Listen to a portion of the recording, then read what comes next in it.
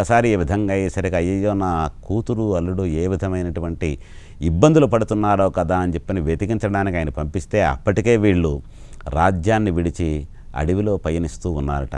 అడవిలో ఏవో కందమూలాలు అవి తింటూ కడు దుఃఖమైనటువంటి జీవితాన్ని అనుభవించడానికి ఉద్యుక్తులయ్యారు. ఒకరోజు ఈ విధంగా బాధపడుతూ దమయంతీదేవి ఈ యొక్క మన నలమహారాజు గారి యొక్క ఊరు మీద అంటే కాళ్ళ మీద తలబెట్టుకుని నిద్రిస్తున్న సమయంలో మహారాజు గారు ఈ విధంగా ఆలోచించాడు. నా వెంట ఉండబట్టే కదా నా భార్యకి ఇన్ని కష్టాలు సంభవించాయి. ఈ కష్టాలన్నీ తొలగిపోవాలంటే నేను ఈవిడికి దగ్గరగా ఉండకూడదు. కాబట్టి ఏదో విధంగా నేను ఇక్కడి నుంచి దూరం అయిపోవాలి అని చెప్పని అనుకొని తన దగ్గర పడుకున్నటువంటి భార్య యొక్క చెంగును కాస్త చించి ఆ చెంగుని తన మీద వేసుకొని మెల్లిగా అక్కడి నుంచి భార్యను వదిలి వెళ్ళిపోయాట.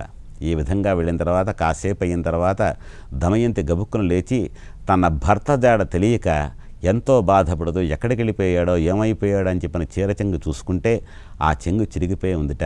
ఈ విధంగా ఎందుకన్నానంటే ఒంటి మీద వస్త్రం కూడా సరైనది లేకుండా బయటికి రావలసినటువంటి పరిస్థితి ఆ నలమహారాజుకు కలిగింది. ఎందువల్లయ్యా అంటే వ్యసనం వలన. ఆ వ్యసనం ఎందువల్ల వచ్చిందయ్యా అంటే కలి ప్రభావం వలన. కలి ప్రభావం ఎందువల్ల ఉంటుందయ్యా అంటే ధర్మకార్యాచరణ విషయమై మనం ఆసక్తి చూపకపోవడం వల్లనే ఇలాంటివన్నీ జరుగుతాయి. ఈ విధంగా నలమహారాజు గారు వెళ్ళిపోయిన తర్వాత దమయంతీదేవికి దిక్కుతోచక అడవిలో అటు ఇటు తిరుగుతున్న సమయంలో ఒక కొండ చిలువ వచ్చి ఆవిడ్ని బంధించినట్టుగా పట్టుకోబోతుంటే గట్టిగా కేకలు వేసిందిట దమయంతీదేవి. గట్టిగా కేకలు వేసేసరికి ఏమిటా అని చెప్పారు అనుకుని ఎవరో ఒక కిరాతకుడు ఆ మార్గాన్ని వెడుతూ ఈ స్త్రీ యొక్క కేకలు విని వచ్చి ఆ కొండ చిలువను సంహరించి దమయంతీదేవి యొక్క చరిత్ర మొత్తం తెలుసుకొని అది ఆసరాగా తీసుకున్న ఆ కిరాతకుడు ఆవిడ్ని స్పృశిద్దామని దగ్గరికి వెళ్ళిన సమయంలో ఈ దమయంతీదేవి యొక్క పాతివ్రత్య మహిమ వలనైతేనేమి భర్త యందు చూపించే అనురాగం వల్లనైతేనేమి ఆవిడ తీక్ష్ణమైనటువంటి దృష్టి తాకిడికి ఆ కిరాతకుడు భస్మం అయిపోయాడు.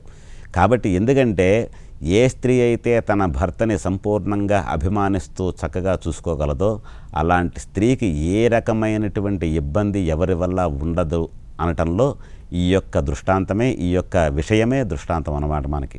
కాబట్టి ఈ విధంగా జరిగిన తర్వాత దమయంతీదేవి అలా బాధపడుతూ తన భర్త కోసం వెతుకుతూ వెడుతుంటే కొంతమంది బాటసారులు కనిపించారట.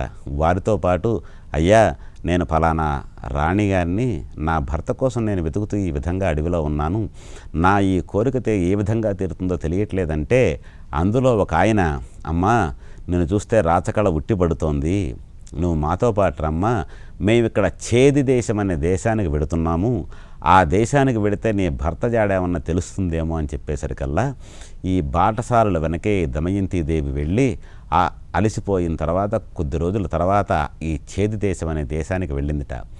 అక్కడ రోడ్డు మీద వెడుతుంటే ఈవిడ సరైనటువంటి తిండి లేక పిచ్చిదానిలా ఉన్నటువంటి దమయంతీదేవిని చూసి రాజుగారి యొక్క కోటగృహంలోంచి రాజమాత గారు చూసి ఈవిడ్ని దగ్గరికి పిలిపించిందిట దమయంతీదేవిని.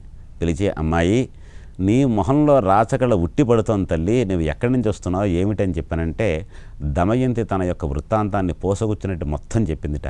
చెప్పేసిన తర్వాత అమ్మా నువ్వు ఎక్కడికే వెళ్ళక్కర్లేదు, నీ భర్తని వెతికి తీసుకొచ్చే పూచి బాధ్యత నాది, అంతవరకు నువ్వు ఉచితంగా ఇక్కడ ఉండడం ఇష్టం లేకపోతే నా కుమార్తెకి సైరంధ్రిగా పనిచేస్తూ ఇక్కడే కొంతకాలం గడుపమ్మా అని చెప్పి అన్నదిట.